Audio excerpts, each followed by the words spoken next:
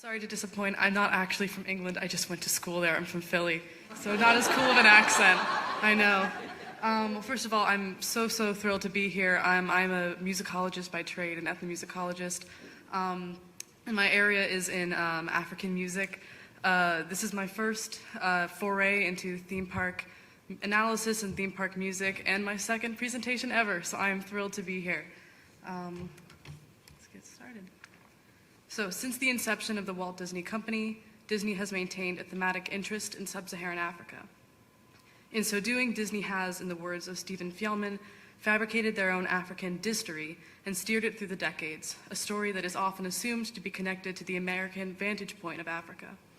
Prior research studies have developed and reinforced a stereotyped, homogenized Disney's Africa, one that is largely formulated through Western recognizable traits that is associated with the subcontinent. That is, these Disneyfied African representations have both defined and employed music that is intended to come across as distinctly African. With regards to Disney's theme parks, most notably Animal Kingdom, academic criticism of the portrayal of Africa and African culture has centered on Disney's Africa's preoccupation with materiality of the non-human and associated conservation efforts at the expense of African realities such as war, famine, ecological degradation, and more. While identifying important aspects of Disney's portrayal of Africa, those studies largely rely on detached observation and film and theme park analysis, without consideration of the individuals involved in developing and employing the portrayal. Those prior studies have missed or at least underestimated the critical role that individual Disney artists and engineers play in designing this version of Africa, and the individual African artists and musicians featured within the parks. Taking a closer look at the musical synergy between Disney artist and African musician in Disney's theme parks offers a more nuanced version of Disney's Africa and a fuller explanation for why the sonic version of Africa in Walt Disney World, and with it, the implied American understanding of African music, might fall short of the diverse and nuanced musical traditions of sub-Saharan Africa.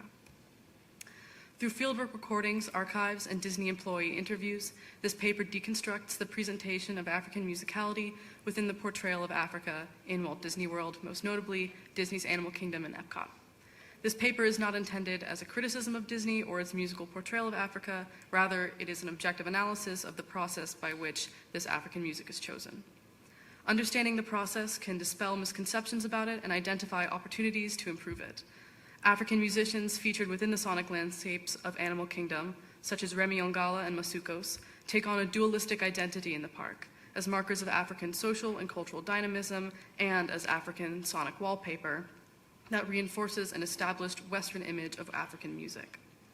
By exploring how and why these musicians are featured in Disney's portrayal of Africa, this paper will show that Disney World can be seen to reflect a distinctly American point of view, not because it exists as some sort of attestation to the monolithic nature of Disney culture and American culture, but instead because it is made by those informed by American contexts.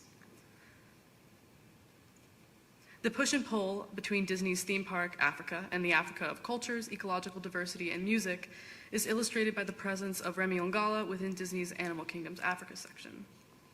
The proprietor's name on the music store's decorative wall, as you can see right here, facing the interactive drum section in Animal Kingdom, is Mr. Ongala. Remmy Ongala was a Tanzanian musician who propagated the Ubongo movement, which means brain in Swahili, that promoted consciousness in mid-20th century Tanzania that swept into other parts of Africa, especially against this sort of post-colonial, post-Tanzanian social African consciousness. The Ubongo movement, with Ongala at its forefront, used music as a social instrument. As the de facto leader of the movement, Ongala gained notoriety and became a central figure in 20th century African music. I found no sign that Ongala played a role in the building of Animal Kingdom, nor that he was contacted at all for the permission for this sign. So Animal Kingdom's nod to Ongala is a name only and omits this social messaging that is so pivotal to his music and his legacy. Adding that Ongala is supposedly proprietor over a play area for children makes his legacy a somewhat hollow representation of African musicality. Massukos, a northern Mozambican band, features in the walk-around aerial loop soundtrack for the Africa section of Disney's Animal Kingdom. Massukos gain notoriety for their fusion of catchy music with messages of environmental sanitation and justice. Most famous in Mozambique, that is their song, Wash Your Hands. Massukos carries their messages to communities all around Mozambique with a focus on the northernmost and poorest province, Niassa. Through offering support to places with little infrastructure and little government support, Massukos combats poverty through promoting sanitation equity. Band frontperson Feliciano dos Santos spearheads this mission. And through Massukos, an affiliated NGO Estamos, dos Santos has led the introduction and propagation of eco-sand latrines in Niassa. His musical and activist work garnered him the prestigious Goldman Environmental Prize in 2008. The Massukos track Niassa acts as African ambience for Disney park guests. I'm going to try to play my very terrible fieldwork clip of Niassa in the park, and then what that sounds like in the actual song, or just the better recording of it.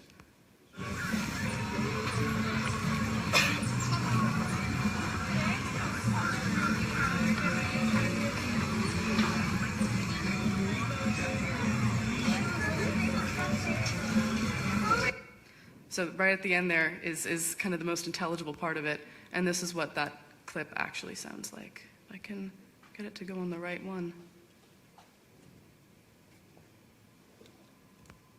Eu canto alto teu nome Niassa.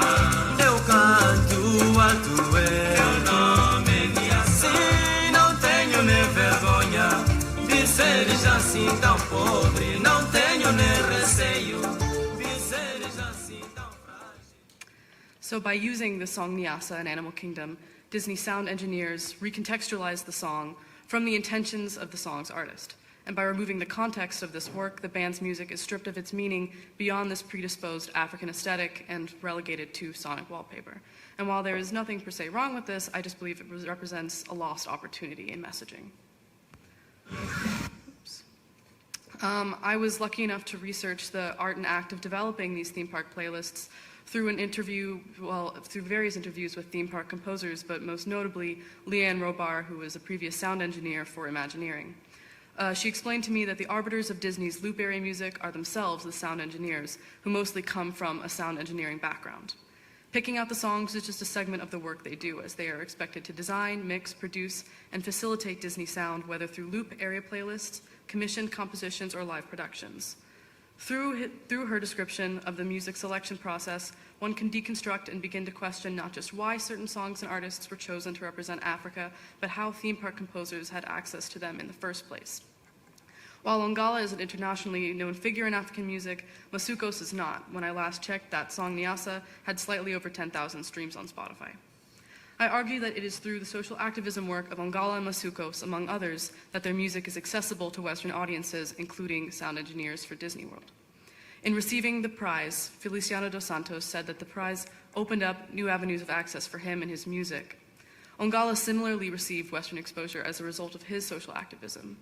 The irony here is prevalent, as the dynamism of Massukos and Ongala got them chosen for this static representation, devoid of deeper meaning, of their home continent.